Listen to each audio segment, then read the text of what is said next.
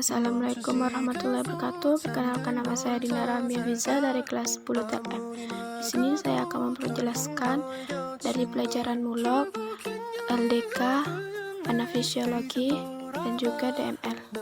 Yang pertama saya akan menjelaskan mulok.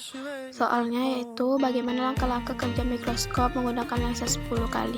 Jawabannya, yang A, biasanya lensa 10 kali digunakan untuk melihat cacing sedimen urin. Yang B, letakkan prepat di atas meja benda. Yang C, jepitlah prepat menggunakan penjepit benda. Dan yang D, aturlah diafragma dengan membuka sedikit tempat pada posisi angka. Yang E, lalu kondensernya diatur sampai habis atau sampai mentok ke bawah. Yang F, lepaskan benda yang akan diamati dengan cahaya. Yang G, lalu naikkan meja benda sampai mentok ke atas. Yang H, amatilah menggunakan mata. Yang terakhir, turunkan meja benda menggunakan makrometer secara perlahan sehingga objek terlihat jelas. Lalu yang kedua, saya akan menjelaskan tentang laboratorium kesehatan dasar. Soalnya yaitu jelaskan bagian-bagian dan fungsi mikroskop. Jawabannya, fungsi bagian-bagian mikroskop sebagai berikut. Yang pertama, lensa okuler. Lensa okuler merupakan lensa yang terletak dekat dengan mata, observer. Lensa okuler berfungsi untuk membentuk bayangan maya, 3D berbesar, dan lensa objektif. Yang kedua, tabung mikroskop, yang disebut juga dengan tubus, merupakan bagian mikroskop terbentuk tabung yang berfungsi untuk mengatur fokus dan menghubungkan lensa okuler dengan lensa objektif. Yang ketiga, revolver, merupakan bagian mikroskop yang berfungsi untuk mengatur kebesaran lensa objektif. Yang keempat, lensa objektif, merupakan lensa yang berada dekat dengan objek yang diamati. Lensa objektif berfungsi untuk mengatur bayangan nyata terbalik diperbesar. Yang kelima, meja prepat, merupakan bagian mikroskop yang berfungsi untuk meletakkan objek yang diamati. Yang keenam, kondensor, merupakan bagian mikroskop yang berfungsi untuk mengumpulkan cahaya.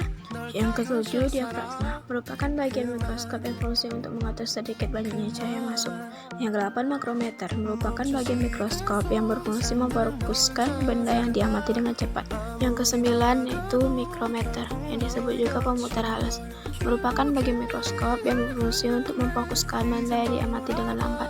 Yang kesepuluh, reflektor, merupakan bagian mikroskop yang berfungsi untuk mengaturkan cahaya.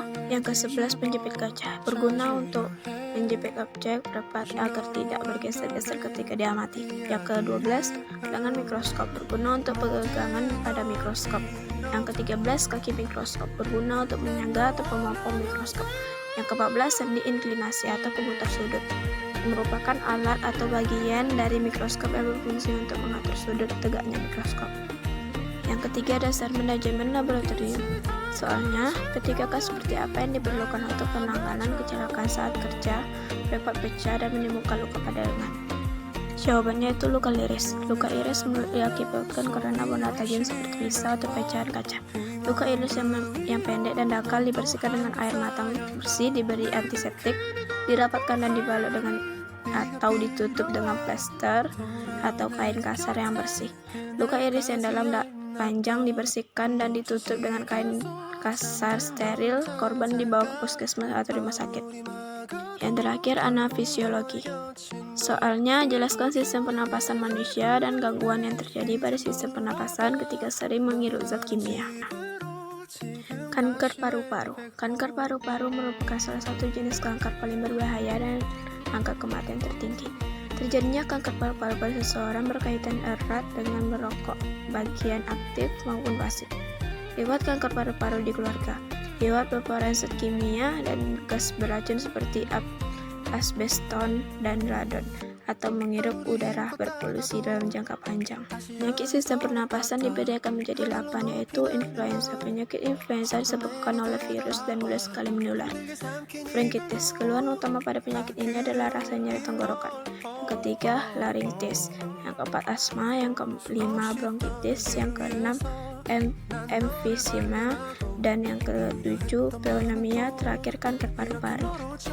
Sekian yang dapat saya sampaikan. Mohon maaf apabila ada kesalahan kata. Wassalamualaikum warahmatullahi wabarakatuh.